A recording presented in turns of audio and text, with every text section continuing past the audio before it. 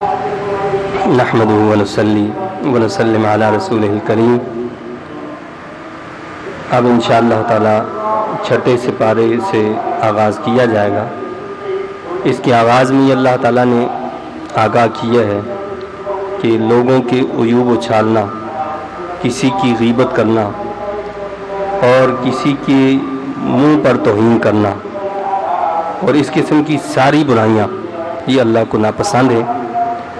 برائی کا اظہار اللہ کو پسند ہی نہیں ہے، یعنی برائی کسی طرح کی بھی ہو اللہ تعالیٰ اس بات کو پسند نہیں کرتا ہے۔ اب ہم اگر دو لوگ بیٹھے ہیں اور کسی کی غیبت کر رہے ہوں، کسی کے بارے میں کہ جی وہ ایسا ہے وہ ویسا ہے، اور پھر ہم کہتے ہیں کہ جی نہیں وہ تو یہ بات ہے، میں تو منہ پہ کہہ سکتا ہوں، یہ کر سکتا ہوں، تو منہ پہ جو کہنے والی بات ہے وہی تو غیبت ہے۔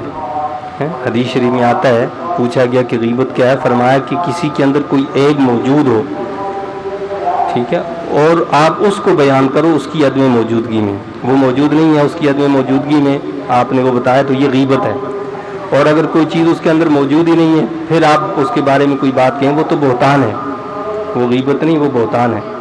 تو لہٰذا ایسی چیزوں سے اجتناب کیا جائے۔ اور یہ جو اللہ نے فرمایا کہ عیوب کو اچھالنا یہ اللہ کو پسند ہی نہیں ہے۔ یہ جو ہمارا میڈیا جو ہے ہر برائی کو اٹھا کر پھینک دے گا، یہ اسلام کا جو طریقہ ہے، اسلام کا جو طرز عمل ہے وہ یہ نہیں ہے کہ آپ جو برائی آپ کو کہیں سے ملے اٹھا کر آپ جو ہے اس کی سرخیاں لگا دو اور آپ اپنا کام چلاؤ۔ تو اللہ کو برائی کے سارے کام ناپسند ہیں، الا یہ کہ کوئی مظلوم ہے، یعنی کسی پر ظلم ہوا ہے تو اس کو یہ حق دیا ہے کہ وہ کسی ایسی جگہ پر اپنے اوپر کیے گئے ظلم کو بیان کر سکتا ہے کہ جہاں اس کا مداوع ہو جائے، جہاں اس کی تلافی ہو جائے جو اس پر ظلم کیا گیا ہے۔ پھر بتایا گیا کہ یہود کی طرف سے بے جا سوالات جو کیے جاتے ہیں، اس پر اللہ کے نبی صلی اللہ علیہ وسلم کو تسلی دی ہے کہ یہ وہ قوم ہے جس نے سیدنا موسیٰ علیہ السلام سے تو یہ تک کہہ دیا کہ اللہ کی ذات کو کھلم کھلا دکھاؤ ہمیں۔ نبی پاک صلی اللہ علیہ وسلم سے کہنے لگے کہ جی وہ ہمارے پاس تو لکھی لکھائی کتاب لائیں، تو اللہ نے تسلی دی، اے محبوب صلی اللہ علیہ وسلم یہ وہ لوگ ہیں، یہ وہ قوم ہے جن کے آباء و اجداد نے سیدنا موسیٰ علیہ السلام سے تو یہ کہہ دیا تھا کہ اللہ کو لے آؤ ہمارے سامنے کھڑا کر دو، ہم دیکھ لیں کھلم کھلا، تب ایمان لائیں گے ورنہ نہیں۔ تو اس لیے آپ جو ہے اس پر غم زدہ نہ ہوں۔ پھر ان کی نافرمانیوں کا تذکرہ کرتے ہوئے ان کے لیے دردناک عذاب کی اللہ نے وعید سنائی ہے۔ سیدنا عیسیٰ علیہ السلام کے بارے میں فرمایا وما قتلوہ وما صلبوہ ولکن شبہ لہم۔ سیدنا عیسیٰ علیہ السلام کے بارے میں قرآن کا کھلا اعلان اور قرآن کا حتمی فیصلہ، یعنی لوگ کچھ بھی باتیں کریں، کچھ بھی کہیں، قرآن نے آ کر ہر نبی کے مقام کو، مرتبے کو واضح کیا ہے اور ہر حقیقت کو کھول کر رکھ دی ہے۔ تو کیا فرمایا کہ نہ ان کو قتل کیا گیا، یہودی کہتے ہیں ہم نے قتل کر دیا، اللہ نے اعلان کیا کہ وما قتلوہ، یہودی کہتے ہیں کہ ہم نے سولی پر چڑھا دیا، اللہ کہتا ہے وما صلبوہ، نہ ان کو قتل کیا گیا نہ ان کو سولی پر چڑھایا گیا، ولکن شبہ لہم، لیکن ان کو شبہ ہو گیا، یعنی چڑھایا کسی اور کو، وہ سمجھے کہ انہوں نے سیدنا عیسیٰ علیہ السلام کو سولی پر چڑھا دیا۔ پھر آگے اللہ نے مزید تاکید فرمائی وما قتلوہ یقینا، یقیناً ان کو قتل نہیں کیا گیا، بل رفعہ اللہ علیہ، بلکہ اللہ نے ان کو اوپر اپنی طرف اٹھا لیا، اللہ نے سیدنا عیسیٰ علیہ السلام کو آسمانوں پر اٹھا لیا، اپنی طرف اٹھا لیا۔ یہ اہل ایمان کا عقیدہ اور ایمان ہے۔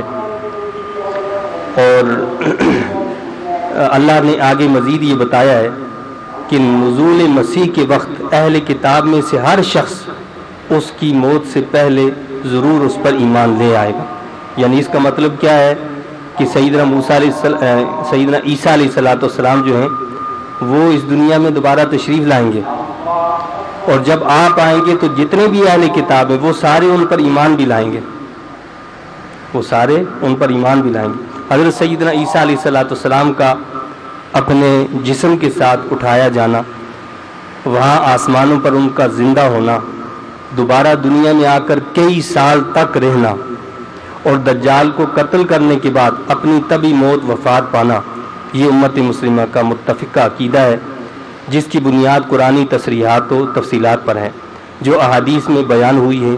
حیات مسیح کے انکار سے قرآن و حدیث کا انکار لازم آ جاتا ہے۔ یعنی اگر کوئی یہ کہتا ہے کہ مسیح علیہ السلام جو ہے وہ زندہ نہیں ہے، اس کا مطلب اس نے قرآن اور حدیث کا انکار کر دیا، کہ قرآن و حدیث کی صریح جو ہیں اس پر اس کے دلائل موجود ہیں۔ تو جو ایسا کرنے والا ہے تو وہ قرآن و حدیث کا منکر ہے۔ مرزا قادیانی نے بھی اپنی جھوٹی اور جعلی نبوت اور مسیحیت کو ثابت کرنے کے لیے حضرت مسیح علیہ السلام کے جسمانی طور پر اٹھائے جانے کا انکار کیا ہے۔ یعنی عیسائی جو ہیں وہ انکار کرتے ہیں اور حضرت سیدنا عیسیٰ علیہ السلام کا جو ہے وہ کہتے ہیں کہ جی وہ تو فلاں جگہ پر ان کو تو دفن کیا گیا۔ تو امت مسلمہ کا متفقہ عقیدہ کیا ہے کہ حضرت عیسیٰ علیہ السلام کو اللہ نے آسمانوں پر اٹھایا ہے اور وہ اس دنیا میں دوبارہ تشریف لائیں گے، اور وما قتلوہ یقینا بل رفعہ اللہ علیہ، بلکہ اللہ نے ان کو اپنی طرف اٹھایا۔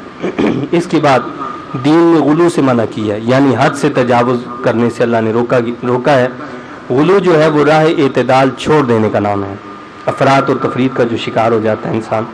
جس طرح یہودیوں نے کیا کیا، کہنے لگے کہ جی ہم نے حضرت عیسیٰ علیہ السلام کے بارے میں کہ ان کو قتل کر دیا، یعنی ان کو نبی نہیں مانا۔ نبی کیا کہ ایک شریف انسان ماننے کے لیے تیار نہیں ہوئی یہودی، اور عیسائیوں نے ان کو ایسا مانا کہ ان کو خدا کہہ بیٹھے، یا خدا کا بیٹا قرار دے دیا، یا تین میں سے تین کو ملا کر ایک خدا قرار دے دیا، باپ بیٹا روح القدس، یہ مل کر کہتے ہیں کہ جی وہ خدا بن گیا۔ تو یہ افراط و تفرید ہے، اللہ نے ان چیزوں سے روکا، منع فرمایا۔ تو عیسائیوں سے خطاب ہے کہ حضرت مسیح علیہ السلام کو اللہ کا بیٹا اور تین یعنی باپ بیٹا روح القدس کے مجموعے کو خدا نہ کہو، کیونکہ یہ تو شرک ہے۔ نیز یہود کو اللہ نے خطاب کیا ہے اور دعوت دی ہے کہ وہ حضرت عیسیٰ علیہ السلام کو اللہ کا نبی تسلیم کریں۔ عیسائی حضرت مسیح علیہ السلام کو اللہ کا بیٹا کہتے تھے اور مشرکین فرشتوں کو اللہ کی بیٹیاں قرار دیتے تھے۔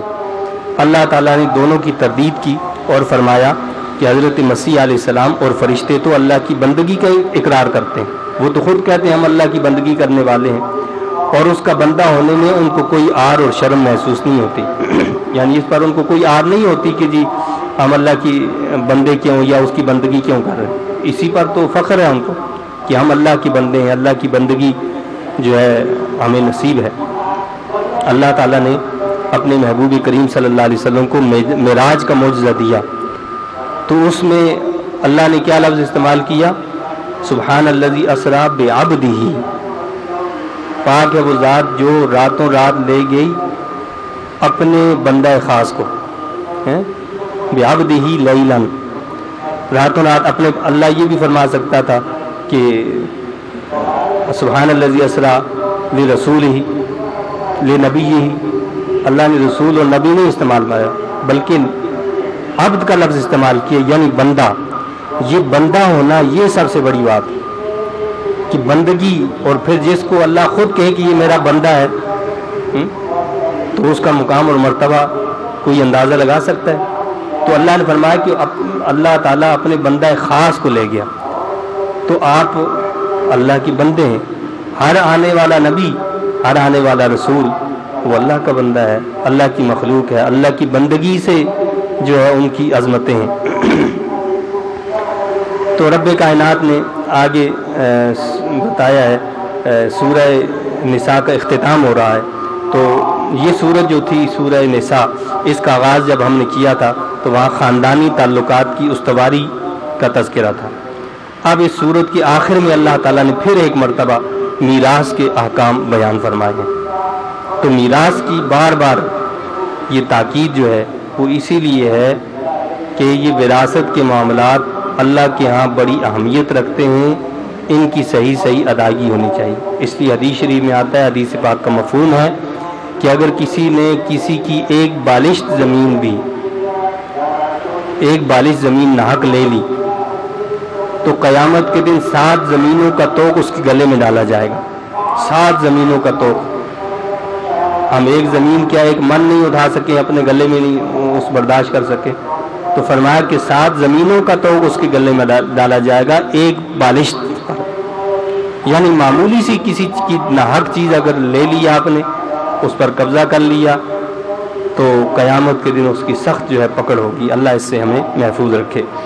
اس کے بعد سورہ المائدہ شروع ہوتی ہے, اور اس کی ابتدائی اللہ تعالیٰ نے وعدہ پورا کرنے کی تعلیم سے کی ہے, یعنی جب وعدہ کرو تو وعدے کو پورا کرو. اس کے بعد شاعر اللہ یعنی اللہ کی نشانیوں کی بے حرمتی سے روکا ہے, کہ اللہ کے جو شاعر ہیں ان کی بے حرمتی نہ کی جائے. جیسے ہم نے کہا تھا کہ صفا مروہ یہ بھی شاعر اللہ ہے, کعبۃ اللہ یہ شاعر اللہ ہے, وہ قربانی کے جانور جو قربانی کے لیے یہ بھی شاعر اللہ قرار دیے گئے, یہ مساجد یہ مدارس یہ سب شاعر اللہ ہے, یہ اذان یہ سب شاعر اللہ ہے. تو فرمایا کہ ان کی بے حرمتی نہ کی جائے. حلال و حرام کا قانون بیان کیا, پھر وضو کے فرائض اور تیمم کے احکام بھی بیان فرمائے گئے ہیں. اللہ تعالیٰ سے دعا ہے کہ اللہ تعالیٰ ہمیں ان تعلیمات پر عمل کی توفیق عطا فرمائے. آمین. وآخر دعوانا ان الحمد للہ رب العالمین.